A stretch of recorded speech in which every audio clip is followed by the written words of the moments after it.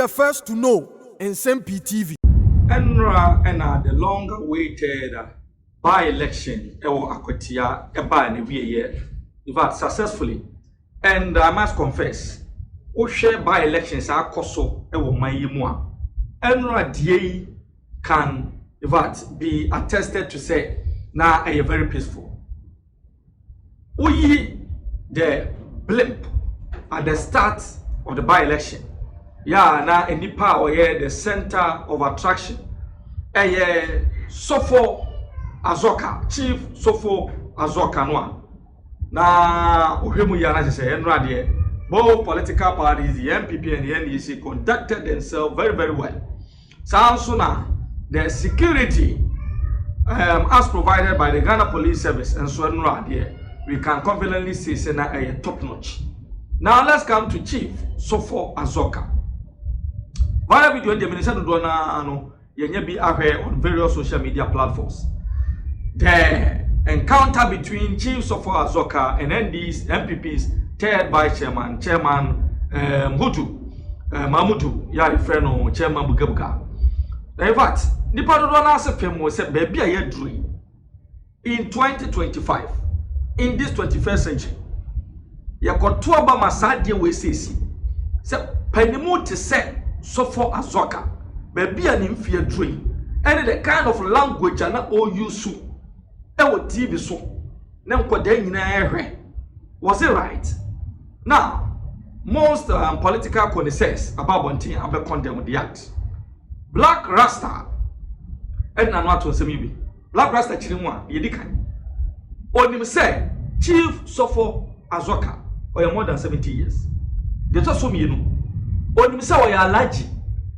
Yes, I say, in the Islam tradition, it can be Alhaji. They say, or a revered personality. Now, dear Pano, Chief Sofo Azoka, yeah, no Black Rasta who do a TV show. He doesn't deserve even to be called an Alhaji.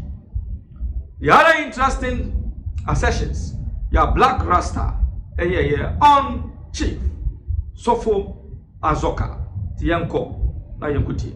There is this man here, Sofo Azoka, approaching a man by name Masawudu Osman. They belong to the two parties, NPP and NDC. Sofo Azoka is not happy with Masawudu Osman and speaks to him in Dagbani. I'm going to translate every single word he said, and then we'll get into it. In the interim, this was what happened. Watch this. Your mother. I said your mother. I said your mother.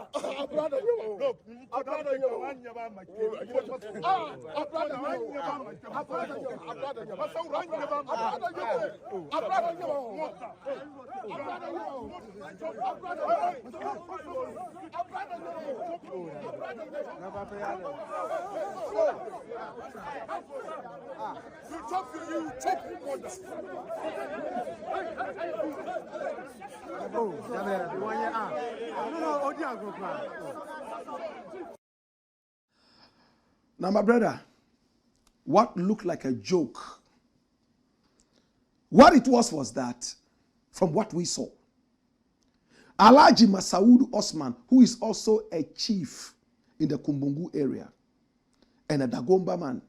Now, the Dagombas are part of the Moli Dagbani group. My brother, my sister, in the past, there was a war between the Dagombas and the Gonjes. But from that time, they have become friends, and it doesn't look like any such thing even ever happened. My brother, my sister, just like there was a war between the Akans and, in fact, the Ashantis and the Gans. And today, there's peace all over. What happened in the past should remain in the past. We're just giving you a little history so you know these people. Now watch this. Masawudu is the third vice chairman of the NPP, we are told. Azoka is the second vice chairman, or the first vice chairman of the NDC, the party in power. Masawudu was granting an interview, and then when he saw Azoka, he started joking with him, because in the north we actually play. Ethnic groups play with each other, and you are never supposed to get angry. The Gonjas play with the Dagombes. The Dagombes play with the Moshis.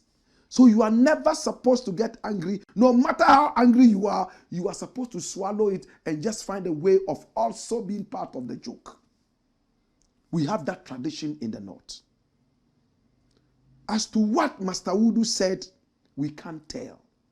But we see, as Master Udu is granting the interview, Chief Azoka approaches him. And this was what he said in the Gbani. I'm going to translate it.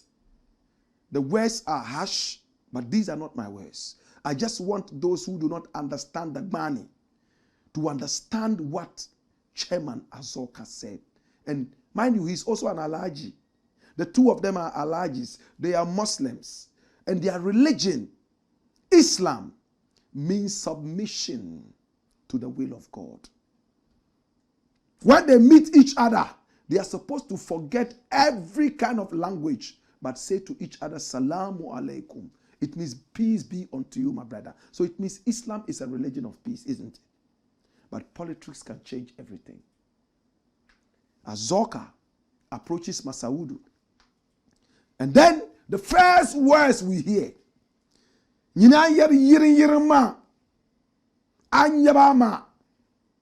excuse my language. You, the way you speak so carelessly, you go around speaking carelessly. If you are not careful, I will let you have sex with your mother. In fact, I didn't want to use the F word, but that's what he said in the Gbani. I will let you sleep with your mother. In fact, it's one of the most offensive terms you can use. Just like in Jamaica, they have the B word.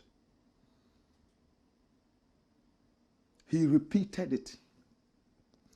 And you could see that Masaudu was thinking that it was a joke, the same kind of jokes that we have in the north. And he said, oh, I'm your brother. Brother Nyama. I'm your brother. He said, it's your mother. I'm your brother. Brother Nyama. Brother Nyama. Why? I'm your brother. You could see that he thought it was a joke. Until Azoka pushed him and said, your mother, with his thumb. And then he moved back and beginning to turn it around his head. Try to understand what it was. And then somebody, maybe one of the Azoka boys, comes from the back and gives him a heavy slap. My brother, my sister, it's truly sad. I don't know what will make a man get so angry to the point of attacking another man. There are other tapes. I don't think that to be necessary to play them. But Masaudu has gone to report this to the police officially. Azoka is still threatening that when it comes to war, he is ready for that. I didn't expect such words to come out of the mouth of an Alhaji who looks so, what's the word? So noble, that's the word. Because when you see this man, white beard, white mustache, in the north, you can't even just come and greet him. You have to bend down and greet him. That's the respect that we give to people like this. You allow the little children to use those kind of words. Anyabama is harsh. A lot of NDC people are disappointed. Remember that it is only a by-election. It is not a do-or-die situation. Now, Chairman Azoka has boys, and they call themselves the Azoka boys. In fact, they have been involved in some amount of violence in the past. I don't know if that violence is still happening, but from what we saw at Akwetia, it's not a good story. Now, Masaudu also comes to say, and listen, this is where it is dangerous. He granted another interview, and you know what Masaudu said? He said, I am a Dagomba man. Listen, I am a Dagomba man. What does it mean? It means you are not. If he had said, I am a Dagomba man, simple. But he said, I am a Dagomba man. And you live in Tamale. So if we go back there and my people also attack you, what would it be like? How many people smell tribal war? How many people smell that? Are we not tired of the Boku issue? Today, that's why I started by giving you a bit of history. I think that the two of them would have to find a way out. But it looks like Chairman Azoka is still on the rampage. The spirit of Ndewura Jakpa is still roaring inside him like a storm. He has gone to Afenyo Markin. How many of us know the minority leader, Afenyo Markin? He's gone to him. And he told him, though in absentia, that if he had come to meet him, there would have been a by-election in his constituency.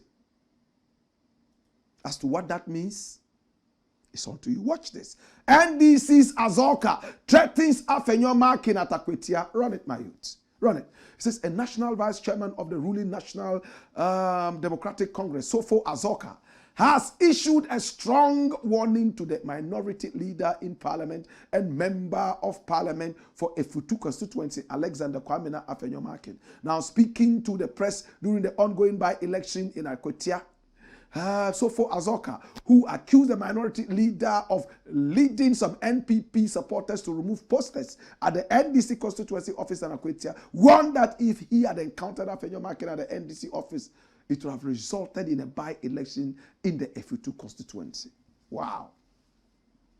Sounds like the words of an ancient warrior. As Barack Obama told us, in Africa we don't need strong men anymore. What we need, strong institutions. Turn your strength into brain power. Let us have institutions that work for us. When you go to war, it's not all about physical strength. It's about strategy. Because whether you are big like this or fianga like me, one bullet aimed at your head will bring you down like that stone that brought down Goliath. I can't advise them. They are two grown men. They probably are my uncles. I love the two of them. But the loss of the country must work. We can't continue like this. No, it's not good. How? What kind of provocation? Why should Afenyo Markin go and tear posters or order posters to be torn in the party office according to this man? What is his side of the story? And even with that kind of provocation, should we not maintain calm heads? For Alhaji Masawudu Osman and Alhaji Chairman Azoka, I am sure great men in the north will sit the two of them together so that they will smoke the peace pipe. As to what is in the peace pipe, I don't know. Maybe it's ganja. Maybe it's tobacco, bonto. Or maybe dry ground goro. But I believe that there must be peace. Elections should not let us undermine our tradition and respect for elders. What I saw on camera, I don't know what happened off camera. There was no need for that kind of attack. If today the country flares in flames, flies in flames, it's not only Azoka who is going to suffer, neither is it Master Wood who is going to suffer. We all are going to suffer. So we must protect the nation. Whoever is... The biggest shame of yesterday goes to Sofo Azoka. Wherever he is this morning, he should bow his head in shame. He should be ashamed of himself. He should be ashamed of his attitude. He should be ashamed of the character he has built for himself. And realize that, indeed, this is 2025. Violence has no place in our democracy. Violence has no room in our elections. But for Azoka yesterday, I don't think we would even have a single complaint of anything. There were macho men there. Yeah. Why? Everybody, NDC had macho men there, MPP had macho men there, but nobody threw a punch. And that is even a testament to show that having macho men present at an election doesn't necessarily lead to violence. Sometimes I keep saying, when I have a gun to Hamza's head, and he has a gun to my head, there will be peace. Oh. There will be peace. There would always be peace when I have a gun to him. But the problem will come. There will be violence when Hamza has a gun in my head, on my head, and you don't. And I don't have. So me, I don't have no problem. Bring 10, I bring 10. Then we are seeing each other. Then there's peace. You understand? And yesterday it was demonstrated. But Sofo Azoka should be ashamed of himself wherever he is this morning, and should understand that. I mean, how can a 70-year-old man be instigating violence? And for you to be in front of cameras, and I was even laughing when I saw him, make a fist. I look at you, I'm like, this one, if I'm standing in front of you, you can't even throw this punch. Are you sure? I'm telling you, 70 years. Are you sure? 70 years. Unless you're a spirit, 70 years. But even when you how would you know if he's not? But why? All of us, I come from Latte. I come from Latte, I'm not afraid of spirits. I come from Latte, I'm not afraid of spirits. You understand? I'm not afraid of spirits. Spirits come and people tap their heads and they keep quiet. Come on. Everybody, that there are metals, cut metals. So we should all be careful. The only thing that is omnipotent is God, Allah. Beyond that, all other spirits are nonsense. You understand? So when you come to a space like that and you are viewing spirits, you should be careful because you don't know the spirit the other person is also coming with. Because so long as you know your spirit is not of God, then you know that it's not omnipotent. So there could be another one higher than yours. You must be sensible. I give credit yesterday to the NDC third vice chairman for the high level of restraint and emotional intelligence. You mean the MPP? The MPP is the third Alhaji vice chairman. Masaudu. Yes, Alhaji Masaudu. Because but for that show of emotional intelligence yesterday, that place would have sparked into something else. Because he had boys behind him. Yes. Azoka also had boys behind him. So when Azoka's boy hit him, I was afraid. But I thank God for that split second of emotional intelligence. I think this morning, the NDC leadership should be calling Azoka and say, hey, you are 70 years, enough is enough. Go home and rest. And if you're not going to, if you're not going to, his age. if you're not, it's probably over. if you're not going to rest, then allow the people to have some peace. Now, Hamza, but is there any merit to what allegedly led to this? No, there's no sense in it. Not even just merit. There's no sense. It's complete foolishness. It's complete foolishness. I mean, I've told you, anything violence, I don't go into. It's complete foolishness. You do not fight, especially grown men. It's not embarrassing that you have a vice chairman of the party in power standing in public holding first. What is it that is happening that you cannot use math or the police or law to deal with? Why? An old man at your age, you've done this. Let the boys even do it. He himself did this. But do you go take down party paraphernalia of your opponent? So there's a law, there's a process. So the fact that Hamza removed my number plate means that I should beat him. Why? You understand? Why? 2025, Hamza removed my, so I'm going to beat him. No, it doesn't happen that way. I'm saying that nothing should warrant fist cuff. That is my argument. Like nothing, absolutely nothing. Like no excuse. Well. No excuse. And MPP and NDC largely demonstrated that at Akwetia.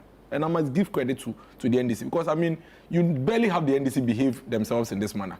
And I think they did very well, very, very, very well in Akwetia. And I'm urging them to continue, Now I hear Hamza all of a sudden becoming a political scientist and advice. Come on, these NDC guys. If there's anybody that is not learning, it's them. How many elections have we had in this country? 9. Yes. How many have they won? They won 4. 4. We won 4 until the very recent one. You haven't won too many elections more than us. Why are you preaching to us? It is not as if you have won elections, be plenty, and we are not winning, so you are coming to advise us. Simply because you won the 7 months ago one, all of a sudden you have become a political scientist. By the margins with where which they were won? you when you were losing 2016 by the highest margin at that time? You see, the point is that at the time 2016 you lost. It was unimaginable. And then it happened in a bigger way in 2024. That should tell you that yours could even be 2.5 million in the next one. You understand what I'm saying? So all of a sudden, for you to be attacking engineer and basically spending 15 minutes on him, unprovoked, tells you the level of arrogance these NDC guys have gotten simply because they won one election 7 months ago, and all of a sudden they think that. Now you agree with the engineer. Oh, can you? I don't agree with him. I'm not happy with your attack on him. That and then don't come and cut me. I watched the time. He did 25 minutes. He didn't That's do 25 not- minutes. Oh. Dennis, he didn't do 25 minutes. Okay, you let me This is your continue. timer. We You need let to me check continue. it. Let me continue. This is your timer needs to be So let me audited. continue. So you see, the NDC all of a sudden have won an election 9 months ago. And all of a sudden they are the best political scientists in this world. And I ask myself, how many have you won over us? Come on, we've had 9 elections.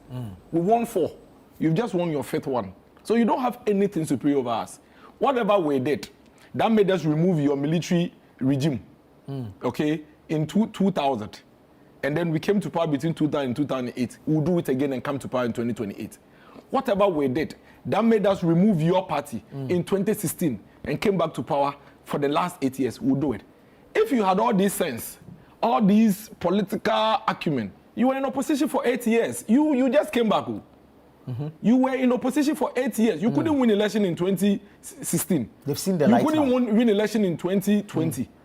Okay? Why are you all of a sudden pointing to yourself the best political strategies in this world? And who says you cannot win an election in this country with even one region? If the numbers say so. We are running a system that says that you get 50 plus one of the people who turn out. Yeah.